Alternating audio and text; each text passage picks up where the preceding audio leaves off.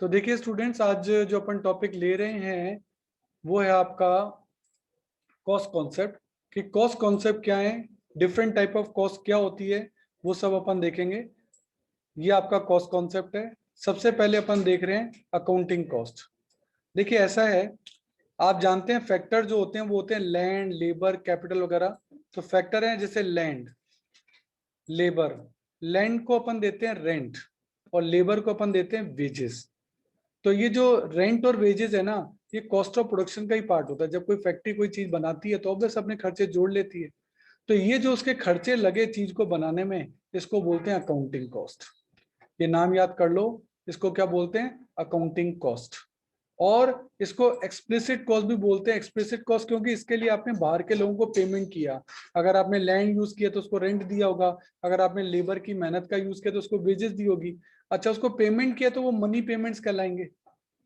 तो accounting record these in financial statement, और accounting जो है इन मनी पेमेंट को फाइनेंशियल जो आपके स्टेटमेंट्स हैं उनके अंदर रिकॉर्ड करती है। ये बात अपन को ध्यान रखनी। नया वर्ड आपका आ रहा है इकोनॉमिक कॉस्ट।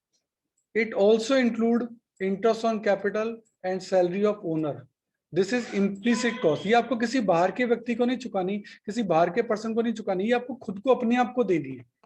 जैसे आपने जो पैसा लगाया है उस पर आप अपने आप को इंटरेस्ट ऑन कैपिटल दोगे। आप जो बिजनेस में मेहनत कर रहे हैं, अपना टाइम दे रहे हैं, इसके लिए आप अपने आप को सैलरी देंगे। ये इकोनॉमिक कॉस्ट कहलाती है।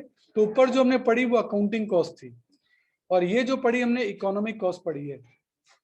ठीक है, तो अकाउंटिंग कॉस्ट और एक्सप्लिसिट कॉस्ट दोनों को जब हम जोड़ देते हैं तो ये आपकी बनती है क्या, इकोनॉमिक कॉस्ट। तो ध्यान देना, ये आपकी पूरी की पूरी कॉस्ट है, जिनमें वर्ड्स जो हैं इनका आपको ध्यान रखना है। आगे चलते हैं आउटले कॉस्ट। आउटले कॉस्ट क्या, जो भी एक्चुअल एक्सपेंडिचर आपने किए किसी प्रोडक्शन में, वेजेस है, मटेरियल है, रेंट है, इंटरेस्ट है, ये सभी आपके बुक्स में जो है रिकॉर्ड होंगे। इनको आउटले कॉस्ट कहते हैं। आउटले यानी जिनके लिए कि आपने बाहर पेमेंट किया है। एक होती है आपकी अपॉर्चुनिटी कॉस्ट। अपॉर्चुनिटी कॉस्ट क्या, the cost of next best alternative. मान लो अभी आप कहीं जॉब करते हैं 50,000 रुपये पर मंथ में, और देन आपको अगर ये जॉब ना मिले तो नेक्स्ट जॉब आपको मिलेगी 40,000 में। ठीक है, तो आप कौन सी में काम करेंगे, 40 में या 50 में? ऑब्वियस आप 50 में ही जॉब जॉब करना पसंद करेंगे। तो 50 की जॉब को करने के लिए आपको 40 वाली जॉब छोड़नी पड़ेगी, यानी 40 वाली को सेक्रीफाइस करना पड़ेगा, उसकी अपॉर्चुनिटी को छोड़ना पड़ेगा। तो उसकी अपॉर्चुनिटी कॉस्ट 40,000 हो गई। तो the cost of next best alternative, 50 के बाद आपका नेक्स्ट बेस्ट क्या था, 40। तो 40 जो अपॉर्चुनिटी कॉस्ट है। कॉस्ट ऑफ मिस्ड अपॉर्चुनिटी, यानी वही 40 की आपने मिस की ना, 50 की सैलरी को गेट करने के लिए 40 वाले को मिस किया, तो उसी को अपॉर्चुनिटी कॉस्ट कहते हैं। It should not be recorded in the books, ये बुक्स में रिकॉर्ड नहीं की जाती। यूज इन डिसीजन मेकिंग, लेकिन डिसीजन मेकिंग का आपका कॉस्टिंग और एफए में एक चैप्टर आता है, उसमें इसका यूज जो है वो जरूर से आएगा। अपॉर्चुनिटी कॉस्ट वर्ड को आपको याद रखना पड़ेगा। नेक्स्ट आपका आ रहा है direct traceable cost. Direct cost भी कहते हैं, ट्रेसेबल कॉस्ट कहते हैं। Directly related to production activity. इसका मतलब ये हुआ कि अगर प्रोडक्शन बढ़ेगा तो ये खर्चे भी बढ़ जाएंगे, प्रोडक्शन कम होगा तो ये खर्चे भी कम हो जाएंगे, और अगर प्रोडक्शन जीरो हो जाएगा तो ये खर्चे भी जीरो हो जाएंगे।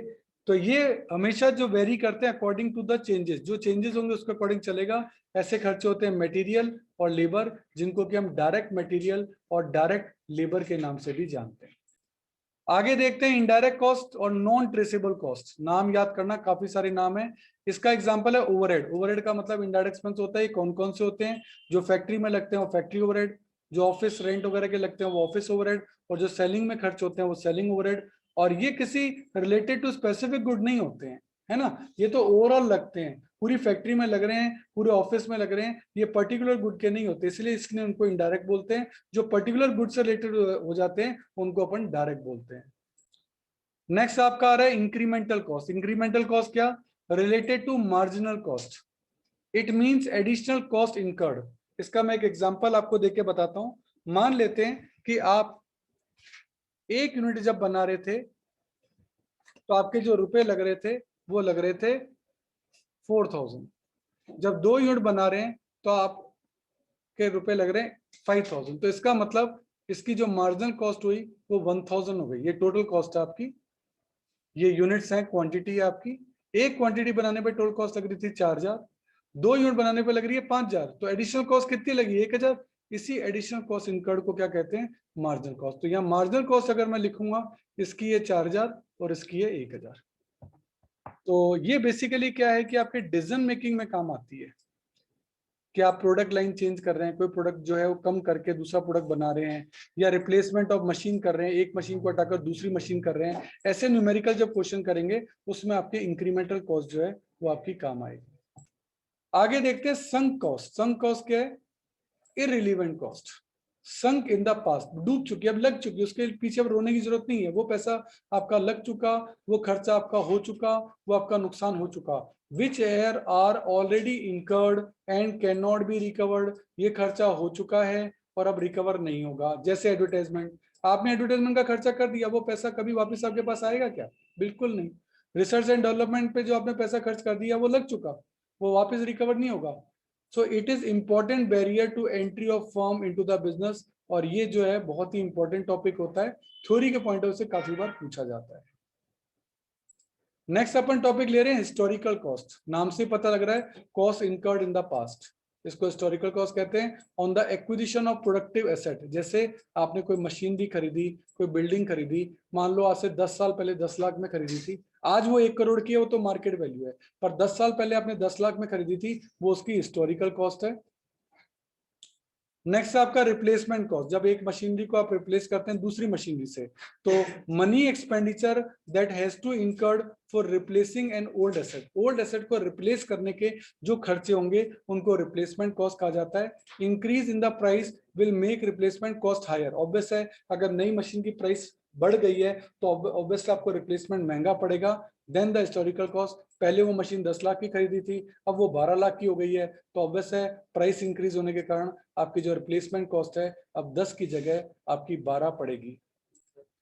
नेक्स्ट आपका आता है प्राइवेट कॉस्ट। प्राइवेट कॉस्ट का मतलब है actual cost incurred by the firm, firm ने प्रोडक्शन करने में जो एक्चुअल कॉस्ट की in performing the day to day operation of the business, business के डे टू डे एक्सपेंसेस में। जैसे एग्जांपल है cost involve in the production of product, जितने भी खर्चे लगे वो सब आपके प्राइवेट कॉस्ट है। It include both external and internal cost. External का मतलब जो बाहर के लोगों को देना है, जैसे रेंट। इंटरनल जैसे खुद को सैलरी देनी है, खुद को इंटरेस्ट ऑन कैपिटल देना है, तो वो दोनों ही जो कॉस्ट हैं वो प्राइवेट कॉस्ट का पार्ट माना जाता है, इसका ध्यान रखना है।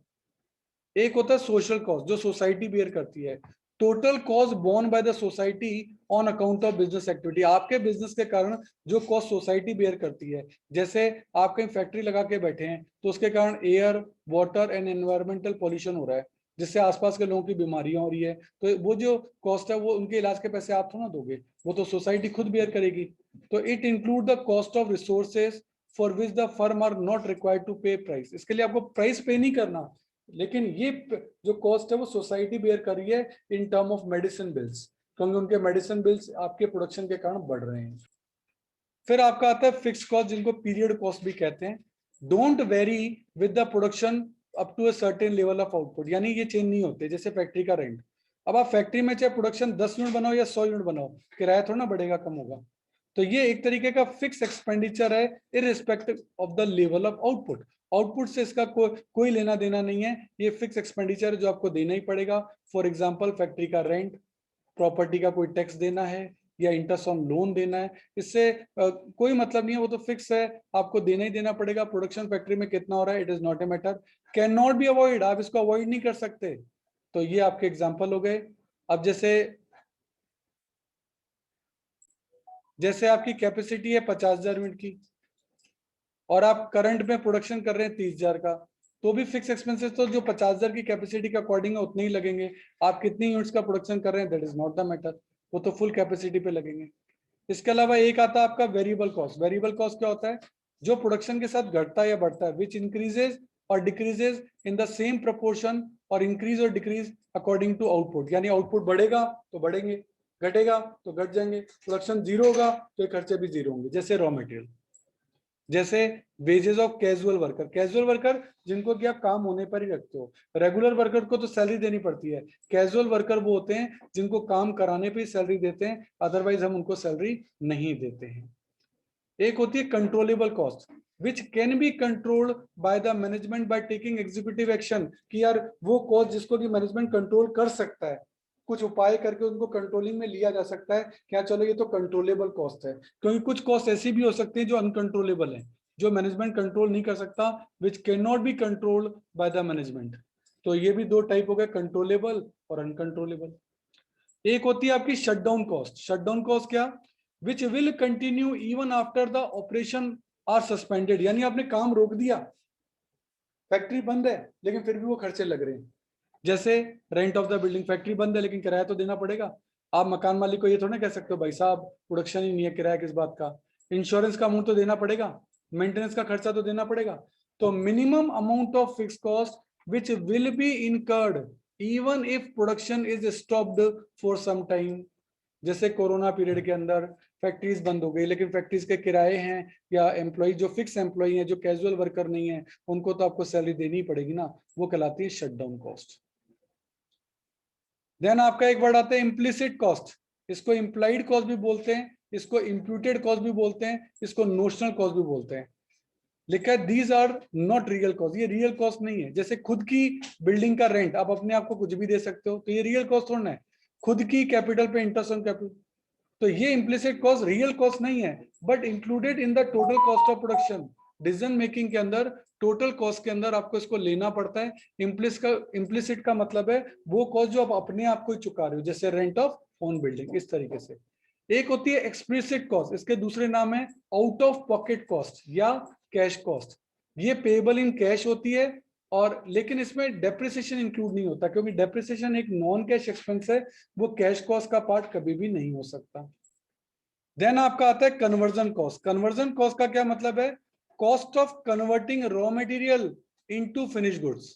रॉ मटेरियल को फिनिश गुड में कन्वर्ट करने की जो कॉस्ट होती है is known as conversion cost.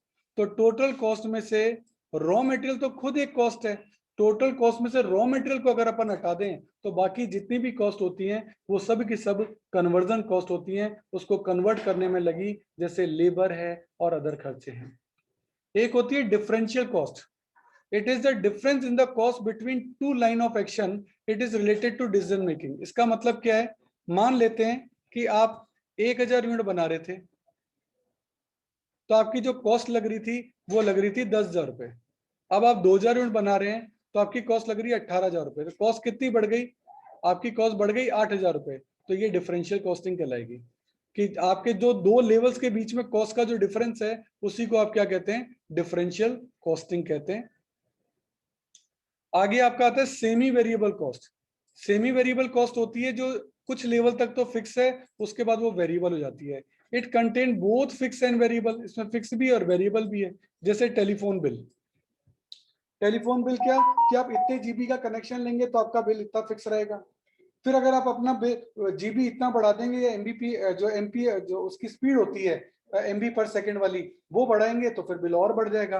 तो इसका मतलब ये हो गया they are the partly affected by fluctuation in the level of activity. जिस लेवल पर आप एमबी पर सेकंड यूज करना चाहते हैं या जितने जीबी का कनेक्शन आप लेना चाहते हैं उसी के हिसाब से कॉस्ट लगेगी। तो इसमें कुछ लेवल तक फिक्स है, उसके बाद फिर वो क्या हो जाता है, फिर वो वेरिएबल हो जाता है। तो ये डिफरेंट टाइप की कॉस्ट हैं जो कि मैंने आपको बताई हैं, ये विद एग्जांपल आपको याद रखनी है। थ्योरी के क्वेश्चन इसके काफी सारे बन सकते हैं, और डिफरेंट न्यूमेरिकल करते वक्त इन नामों का, इन नेम्स का रेफरेंस आता है, इसलिए आपको डिफरेंट टाइप ऑफ कॉस्ट जो है वो आपको पता होनी चाहिए।